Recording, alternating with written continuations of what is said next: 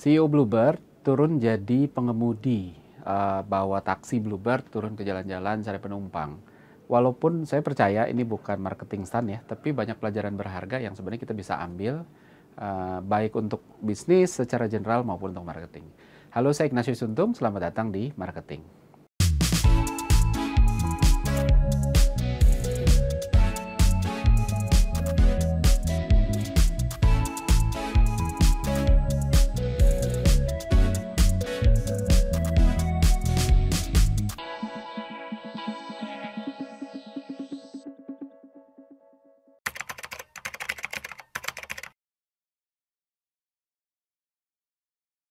Jadi CEO-nya Bluebird, Pak Sigit, beberapa waktu yang lalu turun ke lapangan, dia mengemudikan taksi Bluebird untuk terus habis itu kerja jadi kayak driver Bluebird seperti biasa gitu ya. Dan ini jadi headline yang fenomenal.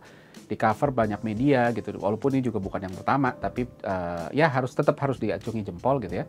Karena ya nggak banyak sebenarnya tokoh-tokoh atau petinggi-petinggi perusahaan yang mau turun melakukan hal serupa untuk turun ke bawah. Walaupun ada ya beberapa yang kayak dulu waktu 7-Eleven masih ada di Indonesia, itu juga sebenarnya buat semua orang yang kerja di 7-Eleven itu punya satu kewajiban untuk juga dalam 1 tahun harus mengambil beberapa hari untuk bekerja di outlet. Bisa jadi kasir, bisa jadi pramuniaga di tokonya, atau bahkan cleaning service, bersihin WC dan lain sebagainya. Jadi ini menarik. Tujuannya kan sebenarnya macam-macam ya untuk hal-hal kayak begini. Mulai dari bangun pemahaman kesamaan tentang bisnis dan segala kesempatan permasalahan. Kadang-kadang kan kalau kita di back office saja kita nggak tahu yang terjadi di lapangan tuh kayak apa. Sampai sebenarnya sekedar menunjukkan kepedulian terhadap karyawan gitu ya. Bahwa nih kita juga peduli sama karyawan. Kita juga mau ngerti kamu tuh gimana sih. Nah, hasilnya di samping hal-hal secara marketing yang langsung dirasakan ya, termasuk kayak publikasi, positive brand perception gitu ya, ada juga dampak-dampak yang amat sangat nyata yang dirasakan untuk berbagai pihak gitu ya.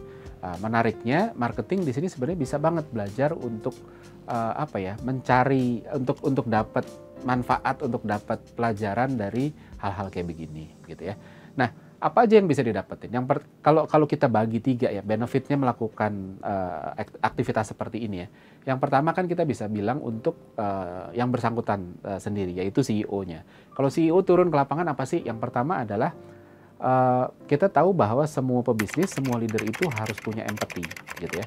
Nah, empathy ini munculnya itu kan empathy itu nggak muncul dari langit gitu. Bahkan orang berbakat pun itu tidak bisa berempati terhadap sesuatu yang dia nggak tahu gitu ya. Contoh misalnya, kita nggak pernah ketemu gembel, terus kita suruh berempati jadi gembel tuh gimana sih? Nggak bisa gitu. Karena kita nggak tahu. Jadi empati itu memang cuma bisa muncul dari interpretasi terhadap experience. Makanya experience harus muncul dulu. Dan momen-momen kayak gini, momen CEO, momen petinggi perusahaan turun, itu akan ngebuka kesempatan untuk experience muncul, yang kemudian empatinya juga akhirnya bisa jalan gitu ya. Kalau petinggi-petinggi itu turun sesekali itu wajib gitu ya. Tapi jangan cuma sekali udah pasti, karena market itu kan berubah terus. Tren juga berubah, kompetisi berubah, situasi di pasar berubah terus.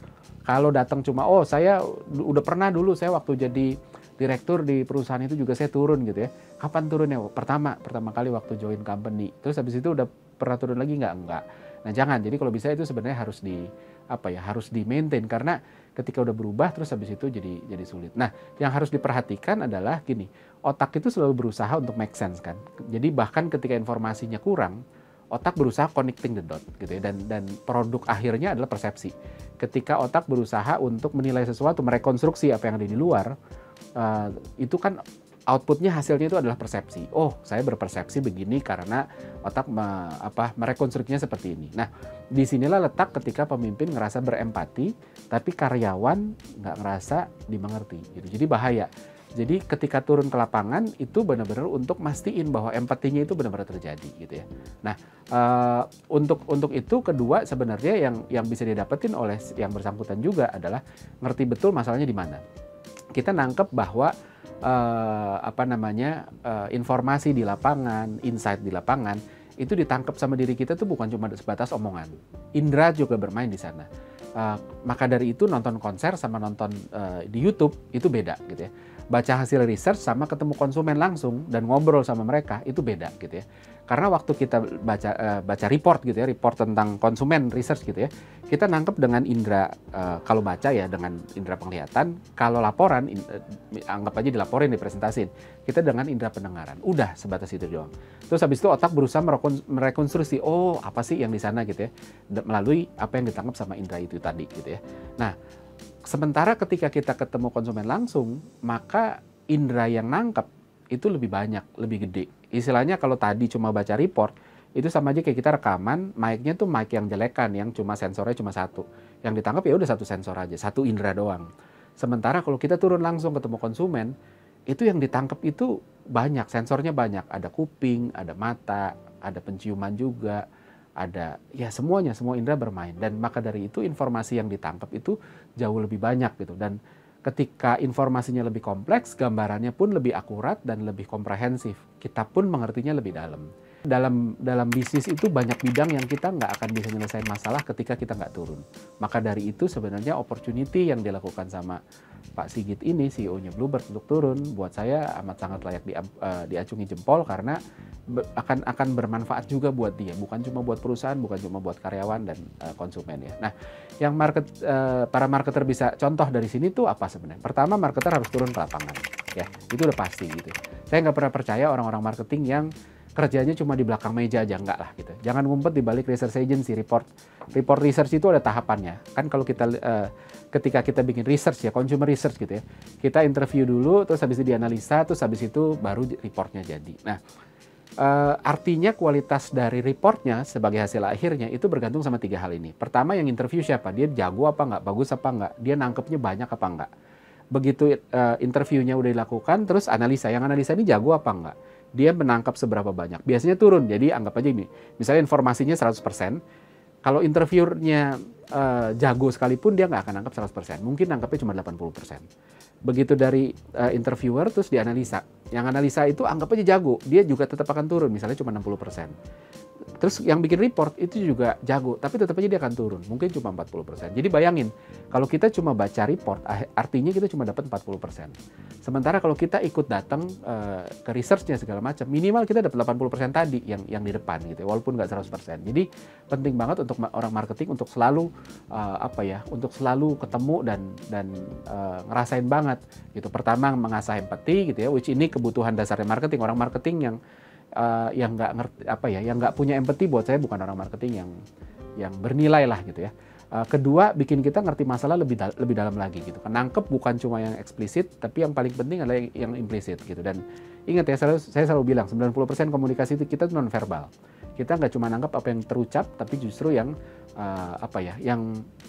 yang nggak terucap, yang lewat gesture, lewat mimik, lewat ekspresi dan lain sebagainya gitu ya. Nah itu satu. Terus habis itu kategori kedua, kategori pertama tadi kan benefit buat si yang bersangkutan, CEO-nya. Yang kedua itu adalah untuk internalnya. Benefitnya apa? Satu, merasa dimengerti. Karyawan jadi ngerasa, driver tuh akan ngerasa, saya ngerasa dimengerti nih, bos saya mau turun gitu ya. Dan saya jadi karyawan, para driver akan mulai ngebangun trust terhadap perusahaan karena bosnya aja turun gitu ya. Waktu Pak Sigit turun itu driver akan ngerasa gini dong biar tahu rasanya apa yang kita rasain gitu kan. Sehingga ketika ketika ada solusi itu diskusinya juga lebih enak karena kita sejalan, kita solusi-solusi yang ditawarin dari atas itu juga berjalan di experience yang sama-sama udah dirasain gitu ya. Nah, jadi bukan cuma ngerasa dimengerti, tapi justru kesempatan untuk beneran bisa mengerti itu amat sangat terbuka. Gitu. Jadi bukan cuma sekedar karena saya ngerasa dimengerti, tapi juga dibalas juga pimpinan ini juga merasa jadi lebih ngerti gitu. Omongannya jadi nyambung, relevansi terbangun dan relevansi ini kan penting ya. Terus habis itu yang kedua buat internal juga itu di karyawan internal itu kan pasti ada aja ya yang selalu banyak alasan gitu ya, entah niatnya baik atau memang cari-cari gitu ya. Setiap dikasih solusi, wah Pak, tapi nggak gitu di lapangan, tapi nggak gini dan sebagainya. Nah, ketika pimpinan turun, itu otomatis orang-orang yang bisanya cuma cari alasan itu nggak bisa ngomong lagi. Dan akhirnya culture perusahaan jadi lebih sehat. Karena mereka mau ngomong gimana ya, habis sekarang bosnya juga udah turun gitu kan. Jadi Itu tadi gitu. Dan kalau apa ya, kalau teman-teman pernah belajar tentang how to solve a weak problem ya, masalah yang sulit gitu, yang nggak ada jawabannya, sebenarnya kuncinya itu adalah di proses. Ketika prosesnya dilakukan dengan smooth, untuk ngebangun trust bahwa ayo kita sama-sama menyelesaikan ini, maka bahkan ketika di ujungnya nggak ada solusinya pun, kita akan jalan sama-sama dan kita trustnya terbangun. Oh oke deh, saya ngerti kamu memang beneran mau nyelesain ini.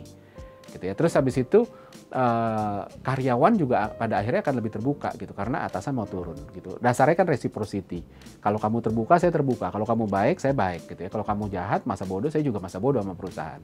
Gitu. Jadi ini hal yang penting dan buat orang marketing ini juga bisa diterapin. Kalau kita turun ke kalau kita turun ke konsumen gitu ya. Terus habis itu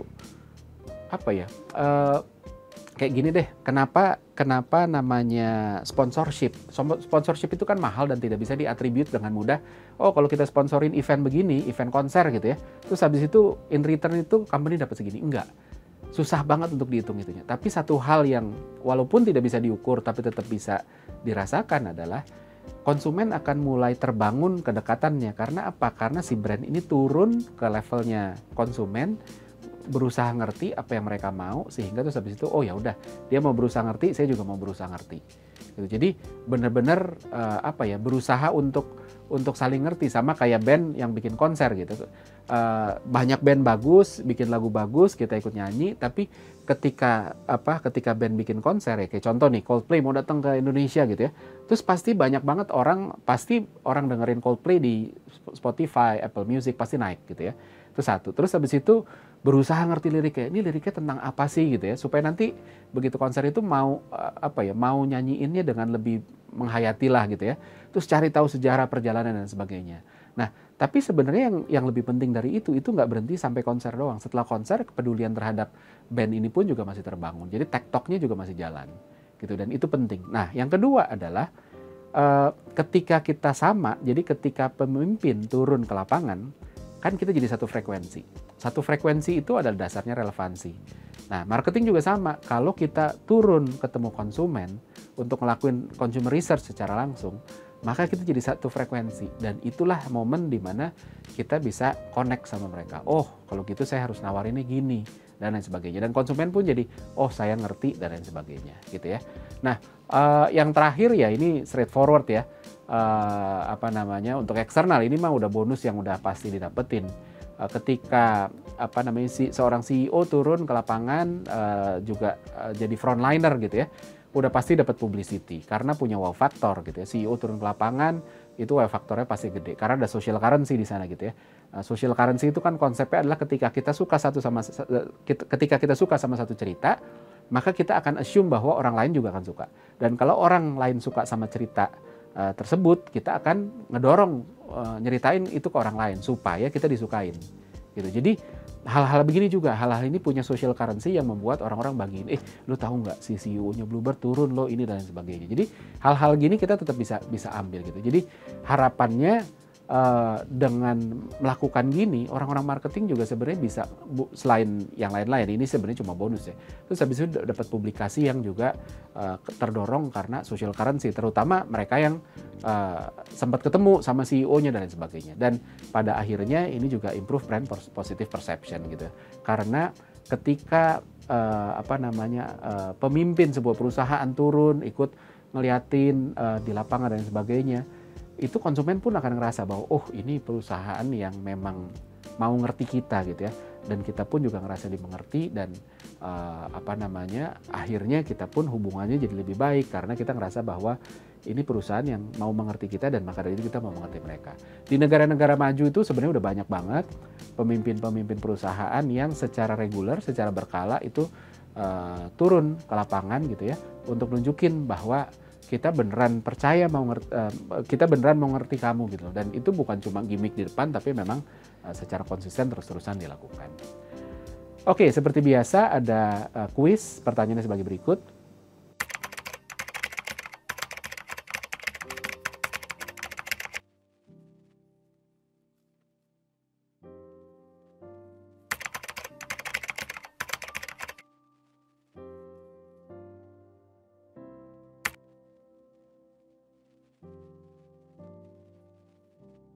Pemenang dari episode kali ini bisa lihat di episode selanjutnya, maka dari itu selalu saksikan marketing di Marketers TV. Saya Ignatius Untung, pamit undur diri.